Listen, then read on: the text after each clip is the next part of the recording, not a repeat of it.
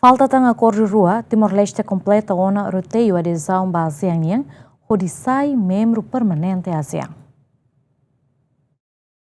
Foi participa atividade workshop e IDNB organiza o Secretaria Estado Proteção Civil, Vice-Ministra ba Assunto ASEAN Milena Ranzel Hateten, roteiro o ASEAN nia Timor-Leste quase conclui hotuona, não precisa concluir tang acordo rua, hodi completa hotu roteiro sira nebe ASEAN fo. Milena informa acordo rua nebe mak precisa concluir tang mak acordo comércio e assasang no acordo konoba assegura investimento nia, nune governo continua esforço ang hodi conclui a tempo basic, molok desloca ba Malásia hodi oficial membro pleno Timor-Leste ba ASEAN niang. Pois ela está rua, né? Hareba roteiro, critério hito ne hoto, ho finalização tá acordo rua tanto irmai e tá conclui hotona e responde o que ba critério hito ne que estipula o roteiro, né? Ita tama ho completa será maca ASEAN existe ba ita, né? Aquele roteiro ne lara.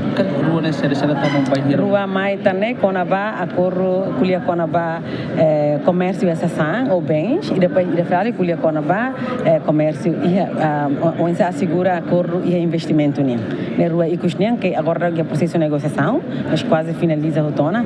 Agora está processo cada nação edida, calo ser um processo doméstico, não é? Também inclui também Timor-Leste e Lara e tem que discutir toma com a base do mercado, pode né? Leva tempo e tudo.